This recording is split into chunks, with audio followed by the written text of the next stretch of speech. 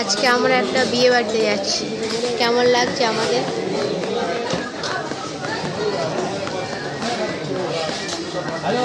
এখন স্টেশনে বসে আছি, ট্রেন আসবে, ট্রেনেও যাব।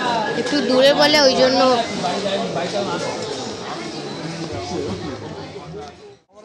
ব্ল্যাঙ্কেটটা কিনেছে, ট্রেনে ওঠার আগেই ছিঁড়ে গেল।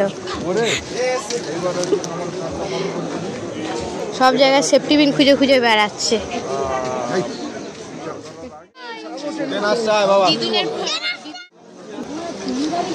ট্রেন আসছে, এবার আমরা চলে যাব। এবার ট্রেনে উঠবো। সবাই সবাই রেডি হয়ে থাক, সব ট্রেনে উঠবি ঠিক করে। ঠিক এসো না, ঠিক করে উঠবি। আমরা ট্রেনে উঠে পড়েছি বিয়েবাড়ি যাওয়ার উদ্দেশ্যে। তোমরা তো দেখেই নিলে আমরা বিয়েবাড়িতে যাচ্ছি। ট্রেনে বসার জায়গা আমরা পাইনি, ভিড় ছিল না, তবে মোটামুটি ভিড় ছিল, কিন্তু বসার জায়গা একদমই পাইনি।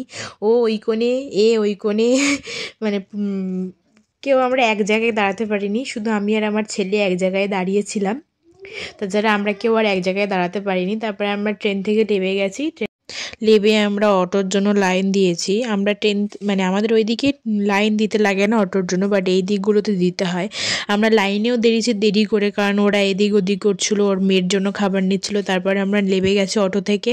নেমে গিয়ে আমার দিদি চলে এসছে। আমার দিদি আমরা সবাই এখান থেকে একসাথে যাবো। তোমার নতুন বর আমাদেরকে নিতে চলে এসছে। পুরনো হয়ে গেছে, আবার এখনো নতুন আছি। আমার এমন পাঞ্জাবি সেলাইও করতে দেয়নি, নতুন কে বলেছে সেলাই করতে নেই? নিজের ফিটিংস করে নাও। ওর বরের পাঞ্জাবি নিয়ে প্রচণ্ড আপসেট ছিল। যাই হোক, আমরা চলে এসেছি। চলে এসে দেখো সবাই আমরা চলে এসেছি, কিন্তু আমাদের বাড়ির ফুল ফ্যামিলি চলে আসলেও বউ কিন্তু এখনও আসেনি। দেখো এবারে বউও চলে এসছে। বউকে খুব সুন্দর লাগছে। ও খুব রোগা, আর কি বলবো, প্রচণ্ড রোগা, বাট ওকে ভালো লাগে। তারপর দেখো আমার বর আমাকে বলছে, আগের বিয়ে বাড়ি তুই এরম পকোড়া খেয়েছিস, আর যদি না রাতেরবেলা ভাত খেতে পেরেছিস, তোর একদিন কি আমার একদিন, এরকম বলছিল। দেখো তারপর সবাই চলে এসছি আমরা এদিকে। এখানে ফুচকা স্টল বসেছিল। পকোড়া দু রকমের পকোড়া হয়েছিল, একটা ভেজ পকোড়া হয়েছিল আর একটা মাংসের পকোড়া হয়েছিল। তারপরে দেখো আমার বর আমার বোনদের সাজিয়ে দেবে, আমার জীবনে সাজিয়ে দেবে না, এটা বলেই আমরা ঠ্যাঙ্গাচ্ছিলাম ওকে। তারপরে ওখান থেকে সবাই দেখো আমার বোন কত সুন্দর লাগছে ওকে, ওরই ননদের বিয়ে। তারপরে সবাই মিলে এখানে ফুচকা টুচকা খেয়ে আমরা সবাই মিলে আলোচনা করছিলাম। তারপরে এদিকে না হুট করে এসে পকোড়া আর কফি খাচ্ছে। আমি বললাম যে আমার বেলা তুমি খেতে দিচ্ছিলেন, তুমি ঠিক খেয়ে যাচ্ছ। তখন আমার দিদির মেয়ের বলে মানুষটা খুব ডায়েটে আছে, বিয়ে বাড়ি বলে মানাতে পারছে না।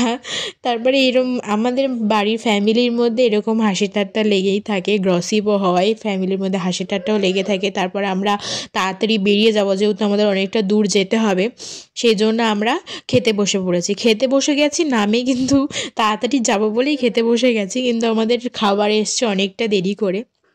তারপরে আমরা দেখো এখানে পাতা দিয়ে দিয়েছে। তারপরে এখানে এক এক করে খাবার দিয়ে দেবে, কিন্তু আমার টেনশন হচ্ছে আমরা ট্রেনটা পাবো তো, এরকমভাবে টেনশন হচ্ছিলো। তারপরে আমাদের এখানে দিয়ে দিয়েছিলো কড়াইশুঁটির কচুরি। কড়াইশুঁটির কচুরিটাও খুব সুন্দর হয়েছিল। এখানে রান্নাগুলো খুবই সুন্দর হয়েছে। তারপর ছোলার ডাল দিয়েছিল, আমি দেখো খেয়ে নিলাম। ছোলার ডালটাও খুব সুন্দর হয়েছিল। তারপরে দিয়েছিলো ফ্রায়েড রাইস আর আলুর কষাটাও খুব সুন্দর হয়েছে। ফ্রায়েড রাইসটাও খুব সুন্দর হয়েছিল। এখানে আমার ছেলে খাচ্ছে, আমার বর খাচ্ছে। তারপরে ওখানে মাংস দিয়েছিল, আমি মাংসটা স্কিপ করে দিয়েছি, মানে আমি খেয়েছি কিন্তু তোমাদের দেখাতে ভুলে গিয়েছি। তারপর দেখো আমার দিদির জামাই, দিদির মেয়ে, আমি, আমার বর আর আমার ছেলে আমরা এক জায়গায় খেতে বসেছিলাম। দেখো দিদির মেয়ের মেয়ে, হ্যাঁ এটা দিদির মেয়ের মেয়ে, কিরম টুকটুক করে বসে খাচ্ছে, মানে ও তো কিছু খায় তো না। তারপরে মিষ্টি করেছিল দু রকমের, একটা সাদা মিষ্টি একটা লাল মিষ্টি, তারপর হজমোলা দিয়েছে। তারপর আমাদের বেরোতে হবে বলে ওদেরকে জানিয়ে দিচ্ছি চলে যাচ্ছি, কিন্তু ওদের দুজনকে মানিয়েছে বেশ, দেখো সুন্দর লাগছে তো দুজনকে। তারপরে আমরা সবাই মিলে এখানে বসে একটু গল্প করে, আমরা যেখানে যাই ওখানে আধ ঘন্টা, ওখানে আধ ঘন্টা, এই করে করে আমি শুধু ভাবছিলাম আমার বর তো রেগে মেগে আগে বেরিয়ে গেছিলো।